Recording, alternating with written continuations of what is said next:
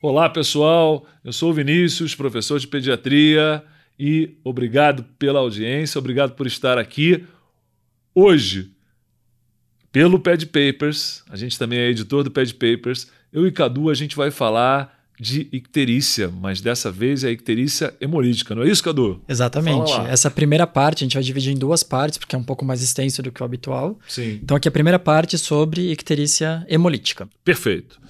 Então, a gente vai começar falando de icterícia neonatal hemolítica, mas a gente vai começar com o tamanho do problema da icterícia, não é isso, Cadu? Exato. Como é que é a icterícia no dia a dia de um berçário, de uma... Perfeito. É super comum, é doença frequente, mas aí a fisiológica, que tem um outro vídeo, quem quiser, por favor. Se você não assistiu antes, vai lá ver o que é mais comum, depois passa para esse vídeo. Que é da patológica. Que é da patológica. E lá e aqui também vale reforçar que a icterícia ela está presente em torno de 60% dos bebês de termo, ainda mais se ela é fisiológica, e 80% nos prematuros. Mas se tiver algum componente imunomediado, se tiver asfixia, se tiver sepse, ou a própria prematuridade, tudo isso pode fazer com que tenha aí um potencial risco de maior gravidade, mas aqui a gente vai falar especificamente das icterícias que têm uma causa hemolítica por trás. Perfeito. Então, já que você tocou nesse ponto específico, o que é a hemólise? Perfeito. Bom, hemólise é basicamente a destruição dos eritrócitos. E aí pode acontecer por diversas patologias que têm dois grandes grupos incomuns. São por causas imunológicas. Geralmente estão, por exemplo, quando a gente vê na incompatibilidade ABO, RH, que as hemácias são sensibilizadas por anticorpos que vão ser atacados. Mas também, menos frequente, pode acontecer hemólise por uma causa não imunológica, que geralmente por alguma questão própria da hemácia. Ou falta alguma enzima, ou tem alguma característica da proteína de membrana dela que é alterada, e que tudo isso faz com que ela seja reconhecida como estranha, ela não é tão boa, ela não vai transportar a mesma quantidade de oxigênio, e aí o sistema retículo endotelial já tira ela logo de circulação e aumenta o seu turnover, a sua destruição, e aí de novo todo o metabolismo da bilirrubina, que a gente comenta no vídeo de icterícia fisiológica, volta lá se você não sabe como é esse metabolismo. Mas então, geralmente são essas duas grandes causas. Perfeito. Perfeito. Muito bem. Agora, mesmo dentro dessa icterícia que a gente vai chamar de patológica, né, hemolítica, no caso, que a gente está comentando nesse videocast, ainda temos o auxílio da avaliação clínica, né? Seria através do quê? Das zonas de Kramer? Exatamente. Então, a gente tem que lembrar. A gente começa a perceber a icterícia geralmente no rosto, quando ela está em torno, o equivalente sanguíneo de uma bilirrubina total de 5 a 7 miligramas por decilitro, e a progressão da icterícia vai ser sempre crânio-caudal. Então ela começa no rosto e conforme vai aumentando, ela vai se estendendo pelo tórax, pelo tronco, membros superiores e inferiores. Perfeito. Então a gente divide em 5 grupos, sendo que a cada aumento de grupo, aumenta-se em 3 pontos a icterícia, a bilirrubina sérica. Então, começa-se lá com a icterícia zona 1, que seria no rosto, até mais ou menos a região dos mamilos, e seria em torno de 6 miligramas por decilitro. A 2 vai, então, da linha dos mamilos até a cicatriz umbilical, aumenta-se mais 3 pontos, então 6 mais 3, 9 miligramas por decilitro. Então, a partir daí, do 6 sempre mais 3, não é isso? Beleza. Se é uma zona 3, que seria da cicatriz umbilical até a raiz das coxas, mais 3, então equivale a 12. Beleza. Zona 4 pega pernas e braços, seria 15. Lembrando que perna aí, você está falando da perna mesmo. Perna né? Não mesmo. É o membro inferior direito ou esquerdo inteiro, né? Que a gente fala perna, pensa perna. Não é coxa, é perna mesmo. Isso. Né? Perna e braço, não é antebraço. Exatamente. Isso, perfeito. E quando a gente vê palmas e plantas, então a zona 5, que seria 18 miligramas por decilitro. Perfeito. Quanto maior a quantidade de icterícia, maior o risco e gravidade e a chance de ser um processo patológico. Principalmente se começa muito cedo, né, Exatamente. E já pensando nisso, eu vou te perguntar, qual é o comportamento clínico da icterícia hemolítica? Ou seja, quando é que você olha para um recém-nascido e fala, poxa, estou preocupado de haver uma hemólise aqui. O que está acontecendo? Perfeito. Então, a primeira dica é que ela é precoce. E por precoce, entende-se que ocorre nas primeiras 24 horas de vida. Após 24 horas de vida, normalmente é fisiológica. Mas se tem um processo patológico por trás, Então ela tende a aparecer de forma mais precoce. Tem crianças que na sala de parto a gente já percebe, nossa, nasceu ictérica essa criança. Aí não é o mais grave, habitual, né? mas às vezes você percebe. Muito grave. Ou às vezes a criança vai ser internada na UTI por um desconforto respiratório, de repente você bate o olho nela, opa, peraí, essa criança está ictérica com 5 horas. Isso já chama atenção. Então, menos de 24 horas de vida é um processo patológico. E tem até aquela brincadeira que o pessoal fala, icterícia nas primeiras 24 horas de vida. Primeira hipótese é hemólise, segunda hipótese é hemólise, terceira hipótese é hemólise. É hemólise. Tem que pensar em hemólise. É o mais frequente. Nas primeiras 24 horas tem que pensar em hemólise. Sem dúvida. Aí é outra coisa que a gente vai ter que ter exames laboratoriais. Sim. Então, por exemplo, se além da icterícia, e você confirmou que ela é a custas de indireta, porque tudo isso é bilirrubina indireta que está aumentada. Mas também tem anemia, é tanta hemólise a ponto de você já começar a ter anemia. Geralmente essas crianças nascem policitêmicas, já tem um HB de 12, 10. Estranho, né? Estranho, já chama a nossa atenção. Se além disso tem reticulócitos aumentado, que são as formas jovens, precursoras dos eritrócitos. Então, mais do que quanto? Geralmente acima de 10. 10%. Mais do que 10% é muito reticulócito. Ou seja, a medula está tentando compensar. Está tentando, aquela medula inibida pela eritropoiese lá do feto, está tentando dar conta do recado, soltando reticulócitos, mas não está dando conta do recado. Formas jovens na periferia. Exatamente. Né? E tem a história também da velocidade do aumento da bilirrubina, não é isso? E essa é outra dica importante, porque quando você está na icterícia patológica, você tem que ter dosagens seriadas de bilirrubina total em frações. Geralmente a cada 6 horas você vai coletar. Se você vê um aumento acima de 0,5 miligrama por decilitro hora, então você aumentou mais de 3 pontos, aumentou mais do que uma zona.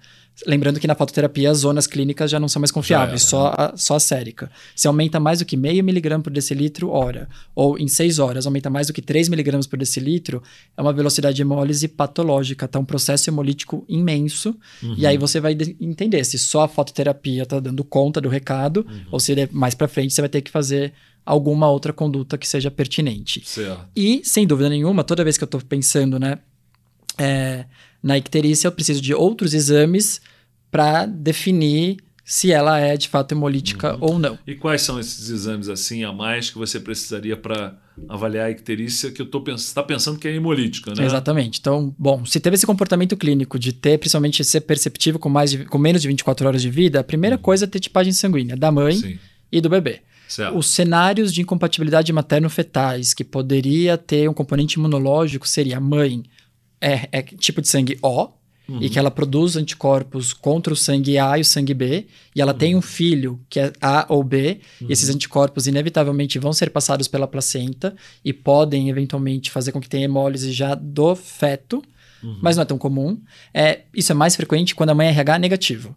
E aí tem o bebê RH positivo, e aí também produz anticorpos que serão, né, passados pela placenta, e aí vão sensibilizar as hemácias da criança, e aí no feto pode ter uma repercussão maior do que a BO.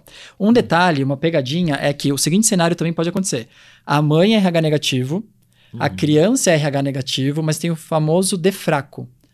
O defraco, ele é como esse RH de fato se manifesta imunologicamente. Então, se a criança é RH negativo, mas o defraco dela é positivo, ela se comporta imunologicamente como um RH positivo. Né? Isso. Então, também pode acontecer de crianças com RH negativo terem compatibilidade RH, mas aí você tem que fazer a pesquisa do defraco positivo. Aí, tudo bem, temos a tipagem. Temos que ter agora CUMBS. Temos que ter a avaliação do componente imunológico. Lembrando que o CUMBS direto vai avaliar as hemácias do bebê que podem estar sensibilizadas ou pelo anti-A e o anti-B, ou contra o RH. Né? O detalhe também é que CUMBS direto negativo em ABO pode acontecer. A gente vai falar isso quando a gente for discutir o ABO. A gente sempre dosa também hemoglobina e hematócrito para ver se está tendo queda, né? Se você está observando queda da hemoglobina, isso geralmente fala a favor de um processo hemolítico mais intenso. Os reticulócitos e, claro, bilirrubina total em fração, para ter certeza que a causa dessa icterícia seja a custas de bilirrubina indireta e não direta. Se for direta, aí abre um outro guarda-chuva, outro processo patológico. A direta já é outro papo, né? Agora, outro videocast. Você sabe que eu tenho um macetinho aqui para memorizar o CUMBS direto e o indireto, né? Conta aí. O direto é o anticorpo ligado ali na hemácia, é o sangue que você colheu da criança, Isso. né? E o indireto é você identificar os anticorpos presentes na mãe. Isso. Tudo bem. Então a mãe é só um anticorpo e o anticorpo passa pela placenta e vai na hemácia da criança, é o direto. Mas eu, como pediatra, eu cuido diretamente da criança. Exatamente. Então, na criança é cumes direto. É cumes direto. É o que a gente se importa. indiretamente da mãe. Então, é cumes indireto da mãe. É uma ótima forma de lembrar. Quem nunca soube, vai nessa que não esquece nunca mais. Cuido diretamente da criança. Então, criança é o quê? Cumes direto. Cumes direto. Indireto. Cuido indiretamente dela. O obstetra vai decidir faz Rogan, não faz Rogan. Eu indiretamente até sei, mas não vou me comprometer. E você tocou também num ponto, Cadu, que assim, ocasionalmente no A você pode ter até um cumes direto negativo, mas você tem uma história do eluato, não é isso? Isso. Então vamos já falar da incompatibilidade ABO, que é a causa mais frequente. É a principal causa ou não é? Sem dúvida nenhuma. A incompatibilidade ABO é a causa mais frequente de hemólise, ela é muito mais comum do que a incompatibilidade RH. E de novo, é quando a mãe é tipo O e o RN A ou B. E o mais comum é o A, né? Porque o A é o tipo sanguíneo mais comum na população. Mais frequente A do que B. Muito. Eu sou A, por exemplo. Eu sou A também, sou A negativo. Eu sou positivo. Posso te doar sangue. Precisando, já tem alguém. Conte comigo. Eu não posso te doar, não tem problema, mas conte comigo. Apesar de ser mais frequente, a incompatibilidade ABO ela é menos intensa. E por menos intensa, não quer dizer que não escape de fototerapia, mas geralmente... E essa intensidade você está comparando com a RH, não é isso? Isso. Perfeito. Do que o RH. Ela é menos intensa do que o RH. E ela tem outro detalhe. Ela é menos frequente ter manifestações intraúteros. Então é muito raro essa criança ter anemia intraútero, um feto, né, ter anemia intraútero, ter que fazer transfusões intrauterinas, não é frequente na ABO. E por esse mesmo motivo também é infrequente. Na sala de parto a gente já olhar para aquilo, nossa, tá ictérica. Não é o mais frequente. Então também não espero ter que tratar além de fototerapia. Normalmente é fototerapia que resolve. Um detalhe importante do ABO é que ela tem 2 picos. Nesses primeiros 5 dias de vida da criança, e um outro pico na segunda semana de vida, que muitas vezes pode piorar por um novo quadro hemolítico e às vezes pela icterícia do leite materno ou icterícia do aleitamento materno. Soma com outras coisas. Podem somar com outras coisas. Então não é infrequente essas crianças terem que ser reinternadas na segunda semana de vida para fazer de novo foto. Icterícia, às vezes não dá hemólise, né? Exatamente. Aí, nesse caso, uma segunda semana... Ele já tem a incompatibilidade ABO, você já tratou, ele já está melhor, foi para casa, voltou mais ictérico, mas aí, se é pelo leite, a hemoglobina não está caindo, né? Exatamente. Não está hemolizando não mais. Tá hemolizando. O retículo já está normal, mas você tem outro pico de icterícia, né? Isso. Mas aí, nesses casos, diferente de outros, não só tratar, mas você precisa muito dosar o reticulócitos, HB-HT. Sim. Porque se você comparar com os exames pré-alta, e de agora caiu o HB, aumentou o reticulócitos, pode ter um segundo processo hemolítico. Não é impossível ter. Exato. Ou somar as duas coisas. Exato. E a outra questão importante do ABO é que aquilo a gente comentou que aqui pode ter cumes direto negativo. Então, os bancos de sangue são orientados toda vez que eles estão diante de uma mãe que ela é tipo sanguíneo O, e a criança é A e B e tem um cumes direto negativo, eles fazem o eluato. O eluato é um outro tipo de exame onde eles concentram mais a superfície dos eritrócitos expostos aos anticorpos e eles conseguem detectar realmente uma quantidade menor aí de sensibilização presente que eles não conseguiriam no cumbis, e que pode ser importante no ABO. E a gente vê com certa frequência. Normalmente, vai ter um comportamento hemolítico mais tranquilo. A criança que tem compatibilidade ABO com cumbis direto e eluato positivo, geralmente é uma criança que vai precisar, às vezes, de fototerapia muito mais prolongada. Às vezes você precisa de colocar vários focos de luz. Já vi até 4. Mais anticorpos. Elas têm mais anticorpos. Eu já vi até 4 focos de luz simultâneos. E aí, se você coloca 4 focos, você vai tirando um de cada vez. Não vai assim de 4 para 1 para nada. Vai de 4 para 3, para 2, para 1. Então você já fala para os pais, cada foco é um dia de internação a mais. E às vezes essas crianças ficam por mais tempo. Mas ela é mais benigna, ela é muito mais branda do que a RH.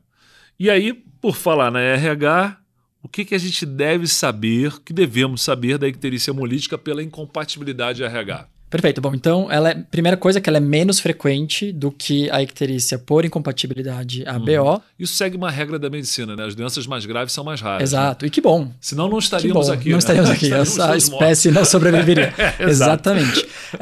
E normalmente naquelas mães RH negativos, com o bebê RH positivo, ou, de novo, RH negativo do bebê com defraco positivo. Perfeito. Isso tudo isso, né? pode ser uma exceção, mas pode acontecer.